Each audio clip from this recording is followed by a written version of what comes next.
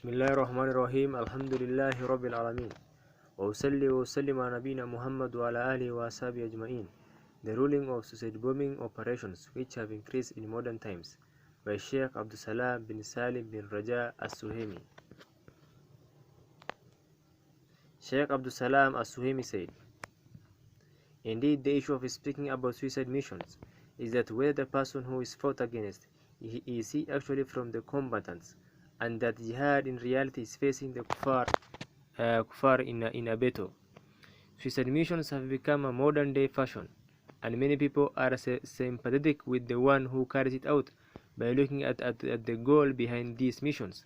The sympathetic person finds it sufficient from these missions that the intent of executing these missions is to raise the statement of Tawheed and to aid Islam and humble the kuffar as they claim. However, what is the Sharia ruling regarding these suicide missions? The end does not justify the means.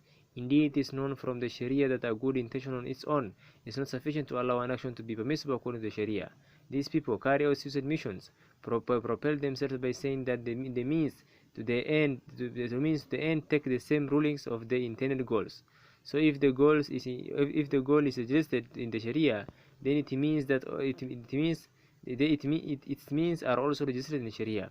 However, this is not acceptable because the end does not justify the means absolutely. Rather, it is obligatory that the means also have registered in the Sharia to fulfill the goals in the Sharia. As for if the means are not registered in the Sharia, then it is not sufficient for the goal to be registered. The principle for this is mentioned in Bukhari and Muslim from the saying of the Messenger sallallahu alaihi wasallam, "Man amala laysa alayhi amruna fahuwa rad." Whoever does an action which we have not commanded, then it is rejected. So every action which is not in accordance with the command of Allah or His Messenger, then it is rejected.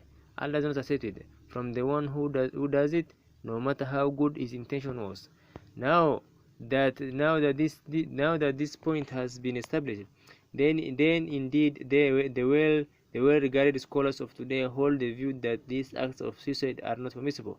And from these scholars are respected Sheikh Abdulaziz bin Baz, rahimahullah, and the noble Sheikh Muhammad bin Salih Al-Uthaymeen, the respected Sheikh Abdulaziz bin Abdullah Al-Sheikh, the noble Sheikh Saleh bin Al-Fawzan, and Sheikh Abdulaziz Al-Rajihi, and Sheikh Abdul Misin Al-Ubaykan, and others. The Sharia proves from the book and the Sunnah and the intellect show that these operations are haram according to the Sharia. From the book of Allah, the saying of Allah Ta'ala, إن يمسهم قرح فقد مس قوم قرح مثله وتلك الأيام نداولها بين الناس وليعلم الله الذين آمنوا ويتخذوا منكم شهداء والله لا يحب الظالمين. If a wound and killing has touched you, be sure a similar wound and killing has touched the others, and so are the days good and so good we give to men by turns, that Allah may test those who believe, and He may take the matters from among you, and Allah likes not the Zalimun, this and wrongdoers.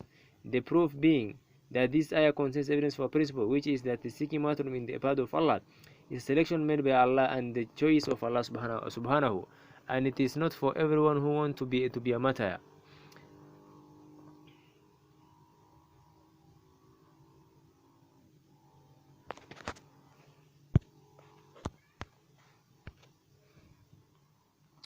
The view that it is permissible to carry out suicide missions to kill the enemy reflects this principle. The proof for this point in this ayah is the saying of Allah subhanahu, "Amanu wa yattakhidhu minkum shuhada," and that He may take matters from among you. So Allah is the one who chooses who is martyred in His way. As for the one who commits suicide to kill the enemy, then is not a martyr, because Himself has appointed the time in which to die, and this in the Sharia is defined as suicide.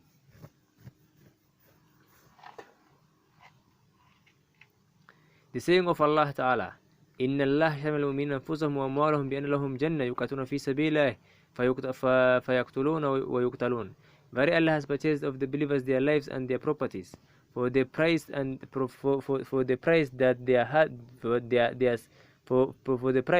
that theirs shall be paradise. They fight in Allah's cause, so they kill others and are killed. The saying of Allah Ta'ala, ومن يقاتل في سبيل الله فيقتل أو يغلب فسوف نؤتيه أجرا عظيما. And who fights in the cause of Allah and is killed or gets victory, we shall bestow on him a great reward. The proof being from these two ayats that the one who kills himself with explosive or other ways waiting to kill the enemy, then it is not correct to label him as a martyr, because the martyr is the one who is killed by the enemy. In fact, in the first ayah, those who have been promised paradise are two types: the combatant and the one killed by the enemy. And in the second ayah, the one promised with the great reward is the one who is killed by the enemy, or the one who is victorious. However, whoever kills himself with explosives does not enter under the meaning of these two ayats.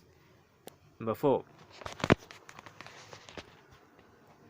The saying of Allah Ta'ala, وَلَا تَقْتُلُوا أَنفُسَكُمْ إِنَّ اللَّهَ كَانَ بِكُمْ رَحِيمًا وَمَنْ يَقْتُلْ وَمَنْ يَفْعَلْ ذَلِكَ عدوانا وظلما فسوف نسليه نارا وكان ذلك الله يسيرا.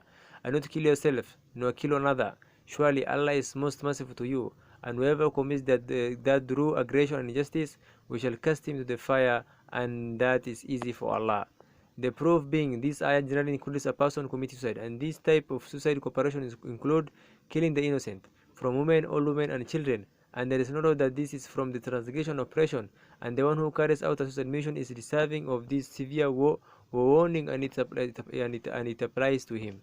From Sunnah, from Abu Hurairah radiallahu anhu said, the Messenger of Allah sallallahu alaihi wasallam said, "Man qatala nafsahu bihadida فحديدته في يده يتوجأ بها في بطنه في النار جهنم خالدا مخلدا فيها أبدا ومن شرب سم فقتل نفسه فهو يتهاسه في نار جهنم خالدا مخلدا فيها أبدا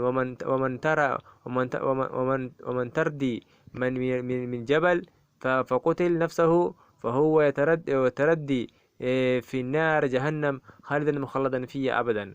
Whoever kills himself with an iron weapon will be carrying that weapon in his hand and stabbing his abdomen with it in the hell fire, wherein he will abide eternally forever. And whoever drinks poison and kills himself with it, he will be carrying his poison in his hand and drink it in the hell fire, wherein he will abide eternally forever.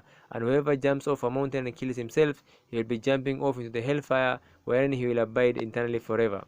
Related by Bukhari and Muslim. From David bin Ad-Dahak, that the Messenger of Allah sallallahu alaihi wasallam said, "Man qutil nafsahu bi shay'in adaba bihi yawm al-qiyamah, udiba bihi yawm al-qiyamah." Whoever kills himself with something, then he will be punished with that thing on the day of judgment. Quoted by Bukhari and Muslim. From Abu Hurairah radiallahu anhu, who said that the Prophet sallallahu alaihi wasallam said, "Alladhi yaqdiqu nafsahu yakhniquha fi an-nar, walladhi yat'anuha fi an-nar." Whoever strangles himself, then he will strangle himself in the hellfire, and whoever stabs himself, then he will stab himself in the hellfire. Quoted by Bukhari. The proof being from this hadith, that these hadith generally show that it is prohibited for a person to kill himself, no matter what the reason are, and these include everyone that kills himself with whichever means used. From the intellect, that these operations indeed bring a backlash with a great evil consequence upon Islam and the Muslims, whether it is in Palestine or in other place. This operation is in reality show contempt and scorn of the blood of the Muslims, and sacrifice for these operations are with no benefit worth mentioning. That these operations actually fulfill the aim of the enemies of Islam in an indirect way, by giving the enemies of Islam the excuse by which they have fulfilled their aims in the easiest way, along with the clear weakness of the Muslims in defending themselves. That these suicide missions, which are aimed at other than those who are combatant from women, children, and all people, are a deterrent against the deen of Allah, because of the operation of these suicide missions and the harshness, cheating, treachery, and lying, and all of these are contrary to the Sharia of Islam. All of them are contradictory, and the explanation of that is from the following points. First point, that the deen of Islam is the deen of justice even in dealing with the enemy. So the oppression against the Muslim does not in turn justify oppressing them. Allah Ta'ala said, وَلَا يَجْرِمَنَّكُمْ شَنَآنُ قَوْمٍ أَنْ صَدُّوكُمْ عَنِ الْمَسْجِدِ الْحَرَامِ أَنْ تَعْتَدُوا وَتَعَاوَنُوا عَلَى الْبِرِّ وَالتَّقْوَى وَلَا تَعَاوَنُوا عَلَى الْإِثْمِ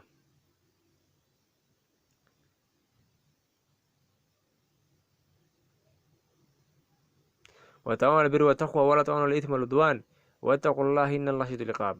And let not the hatred of some people in once stopping you from Al-Masjid Haram in Makkah lead you into transgression and hostility on your part. help one another in a bir and al-taqwa, virtue, righteousness, and pity, but do not help one another in a sin and transgression, and fear Allah. Very Allah is severe in punishment. Allah said, يا أيها الذين آمنوا كونوا قوامين لله شهداء بالقسط ولا يجرمنكم شأن قوم على أن لا تعدلوا عدلوا هو أقرب للتقوى واتقوا الله إن الله خبير بما تعملون. O you who believe, stand out firmly for Allah and be just witness, and let not the enemy and hatred of others make you avoid justice. Be just, that is nearer to pity, and fear Allah. Very Allah is well acquainted with what you do. It is mentioned in the hadith that Allah subhanahu wa ta'ala said, O my worshippers, I have forbidden oppression for myself and I have made it forbidden amongst you, so do not oppress one another. There is no doubt. There is no doubt that aiming for innocent people and killing them due to the crime of someone is from the severest of dual oppression. Second point, that the deen of Islam is the deen of mercy and doing goodness, and this is not just to human beings alone, but even to animals. And these suicide missions are in contradiction to mercy. That point, that the deen of Islam is a deen of courage and sacrifice, and it is not courage to hide behind treachery and deception. Allah ordered us at the in session of fighting a people between whom we have a contract with or at the time of we fear from them an action. Allah ordered us to give them an announcement of war before launching war against them. Allah subhanahu wa ta'ala said, وَإِمَّا تَخَافَنَّ مِنْ قَوْمٍ خِيَانَةً فَانبِذْ إِلَيْهِمْ عَلَى سَوَاءٍ إِنَّ اللَّهَ يُحِبُّ الْخَائِنِينَ. If you fear treachery from any people, draw back their covenant with them, so as to be on equal terms, that there will be no more covenant between you and them. Certainly Allah likes not the treacherous. Allah obligated upon us that even in war with them, that we do not kill except those who fight us from amongst their men.